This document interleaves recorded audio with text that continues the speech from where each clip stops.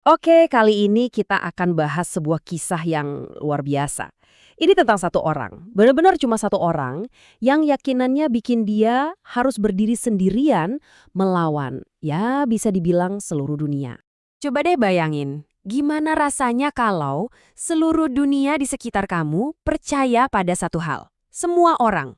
Tapi cuma kamu yang tahu kalau itu semua salah. Dan ini bukan cuma melawan orang asing loh. Bayangin, kamu harus berdiri sendirian melawan tradisi yang udah mendarah daging, melawan keluarga kamu sendiri. Dan puncaknya, kamu harus berhadapan langsung sama seorang raja.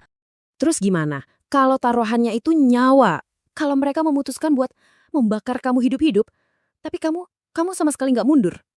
Nah, orang yang menghadapi semua itu adalah Nabi Ibrahim. Dikenal juga sebagai sang penghancur berhala. Oke, jadi pertanyaannya semua ini mulai dari mana sih? Nah, kisah ini dimulai dari sebuah percikan keraguan di benak seorang anak muda. Percikan kecil yang nantinya bakal mengubah sejarah. Biar kita paham seberapa radikal pemikiran Ibrahim, kita perlu lihat konteksnya dulu. Dia itu lahir di dunia yang isinya penyembah berhala. Bahkan, ayahnya sendiri adalah seorang pemahat patung. Jadi dia nggak cuma mempertanyakan kepercayaan orang lain, dia mempertanyakan ya mata pencaharian dan keyakinan keluarganya sendiri. Kecerdasannya itu benar-benar dimulai dari observasi yang simpel banget. Waktu itu kan dia belum dapat wahyu atau kitab suci, jadi dia cuma ngelihat ke langit, dia lihat bintang, dia lihat bulan, terus dia lihat matahari, benda-benda yang disembah sama kaumnya. Dan dia sadar ada satu pola yang nggak bisa diabaikan. Semuanya itu terbenam, terus menghilang. Dan disitulah poin kuncinya. Sebuah kesimpulan yang logis, sederhana banget, tapi revolusioner. Dia berpikir, mustahil Tuhan itu sesuatu yang bisa menghilang. Iya kan? Kalau sesuatu itu bisa datang dan pergi, gimana mungkin dia jadi Tuhan yang abadi? Nah, satu pemikiran ini jadi fondasi buat semua yang terjadi selanjutnya.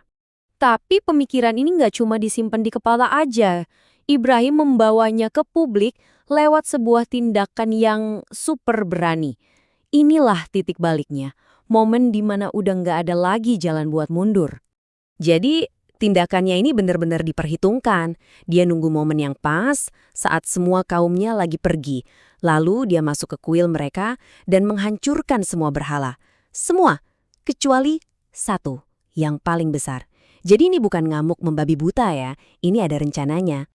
Dan disinilah kita lihat kecerdasannya. Pas orang-orang balik dan marah besar, dia nggak panik.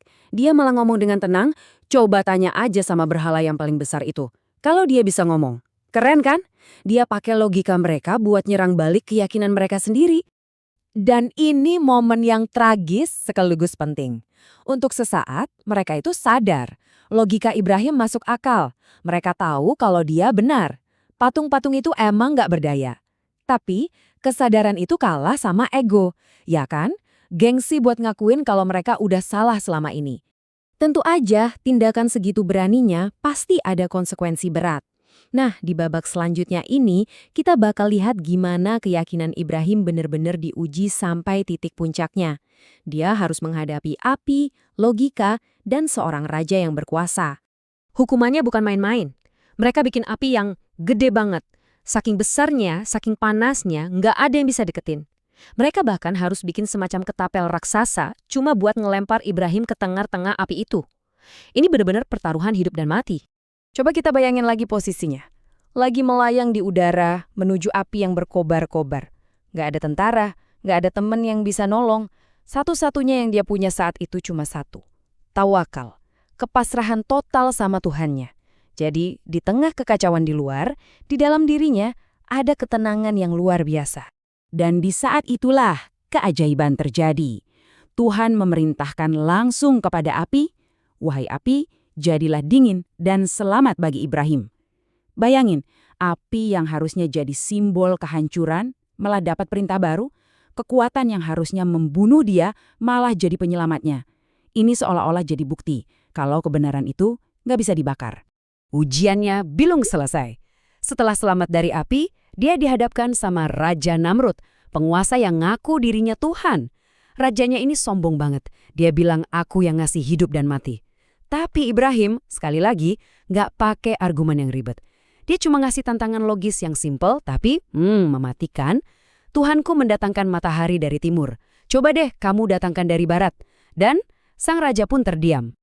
Kalau tadi itu ujian di depan publik, ngelawan raja dan api, ujian selanjutnya ini jauh lebih personal, lebih dalam.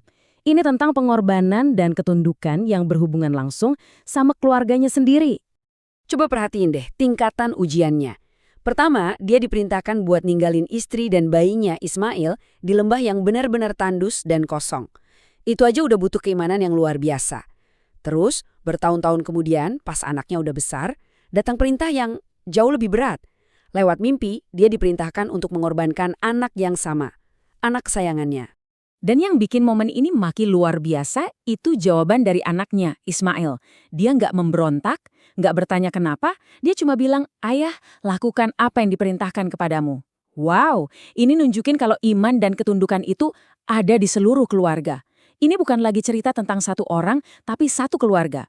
Nah, di detik-detik terakhir, pas keduanya udah membuktikan kepasrahan total mereka, datanglah pertolongan Tuhan. Anaknya digantikan dengan seekor hewan sembelihan yang besar. Pengorbanannya diterima, tapi objeknya diganti.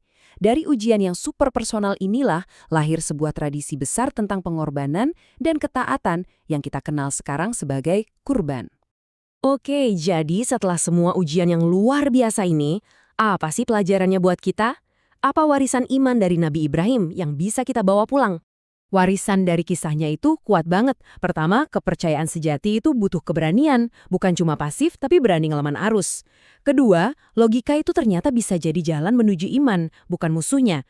Ketiga, pasrah total atau tawakal itu bisa mengundang pertolongan yang kelihatannya mustahil.